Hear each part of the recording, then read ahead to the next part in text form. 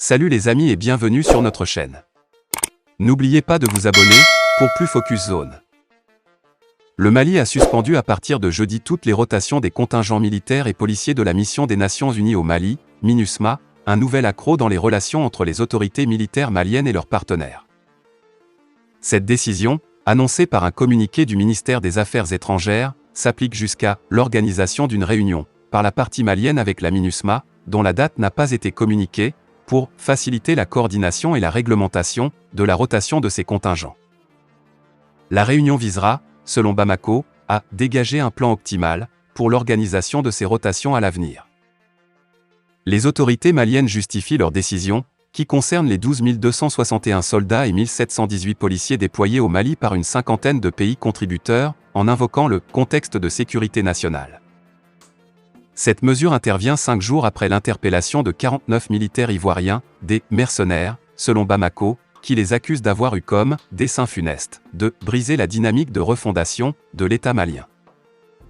Selon Abidjan, ils étaient déployés au Mali en tant qu'éléments nationaux de soutien, ENS, une procédure de l'ONU permettant aux contingents des missions de maintien de la paix de faire appel à des prestataires extérieurs pour des appuis logistiques.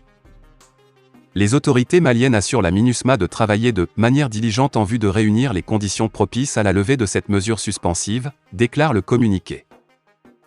C'est un nouvel accroc diplomatique dans les relations entre le Mali et la MINUSMA, présente au Mali depuis 2013, qui vient d'avoir son mandat renouvelé pour un an le 29 juin. Ce renouvellement s'est accompagné d'une opposition ferme du Mali à la liberté de mouvement des casques bleus pour des investigations liées aux droits de l'homme. Son ambassadeur à l'ONU Issa Konfourou avait notamment déclaré que Bamako n'entend pas exécuter les dispositions du mandat liées à la libre circulation des casques bleus pour des investigations sans feu vert préalable. Les mouvements de la MINUSMA ne pourront se faire qu'avec l'accord des autorités maliennes, avait-il dit. Cette entrave dans la liberté de mouvement officialisée fin juin remonte dans les faits à janvier, d'après des diplomates, période qui a coïncidé avec le déploiement au Mali de paramilitaires de la société privée russe Wagner.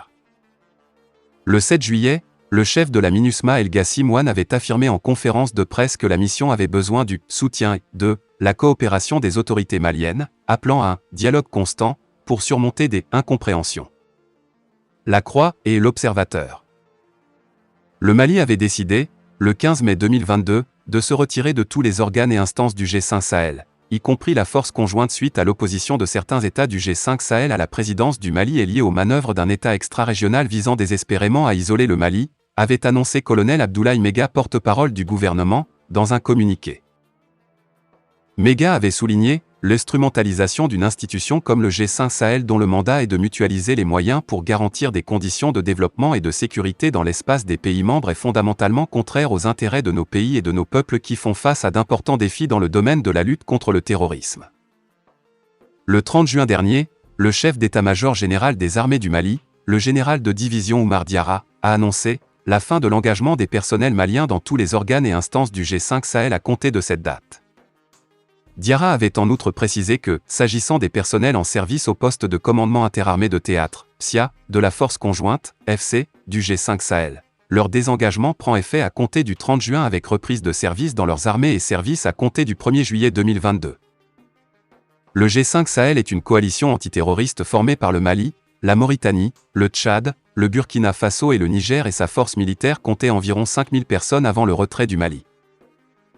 Fin de la vidéo. Merci pour votre attention.